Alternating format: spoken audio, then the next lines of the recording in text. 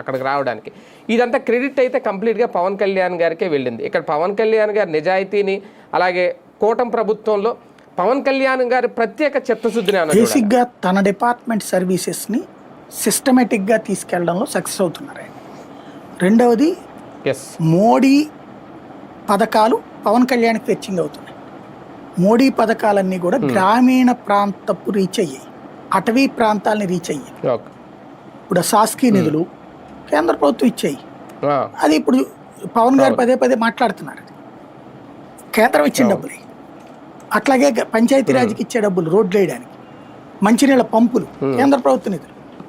ఆ శాఖకి ఈయనే మంత్రి. ఇప్పుడు ఉపాధి హామీ పథకం కేంద్ర ప్రభుత్వం, ఆ శాఖకి ఈయనే మంత్రి. దాంతోనే కదా తొట్లు కట్టించింది ఊరంతా కూడా. ఒక ఊర్లో ఒక తొట్టి ఈ గేదెలకి వాటికి. ఈ గ్రామీణ గిరిజన ప్రాంతాల మౌలిక వసతులు అనేది కేంద్ర ప్రభుత్వ పథకం. దాన్ని నేను అమలు చేశాను ఖచ్చితంగా.